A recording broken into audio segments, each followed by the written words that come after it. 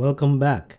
Have you come across this warning message while using ExifTool? Warning, end of processing at large atom, large file support not enabled. This message would often appear when handling fairly large media files. End of processing at large atom. What does it mean? It's ExifTool's way of saying, I can't handle this file completely, and you're left with truncated EXIF data. Hardly ideal, right? What's the solution? What can you do so that you can view the complete EXIF data? As hinted at in the warning message itself, you have to enable large file support. So how do you enable large file support in ExifTool? According to ExifTool's forum, large file support can be enabled by simply creating a text file that contains this text.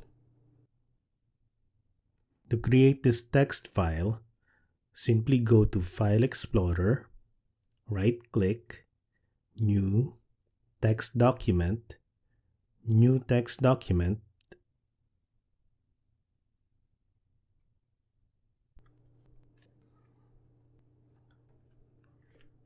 rename the file as .exiftool_config and drop it into your ExifTool application folder. Also, take note of that dot or period at the beginning of the file name. This won't work if the config's file name is spelled incorrectly. Now with the config file in place, let's see it in action.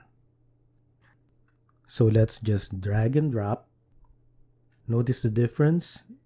No more warning message. Let's try sending the output to a text file as I want to compare the two results, without the config file versus with the config file. If you will notice, I am using the same command I talked about in my first ExifTool tutorial, which you can watch by clicking on the info card that will appear right here. Let's compare the two outputs, without large file support versus with large file support. As you can see on your left, the output ended with a warning message and it has a total of 15 lines. While on your right, with large file support enabled, there is no warning message and the output yielded 89 lines or 89 rows.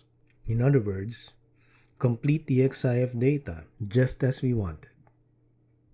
So there you have it. That's how you resolve the warning message. That's how you enable large file support so that ExifTool will show you the complete EXIF data.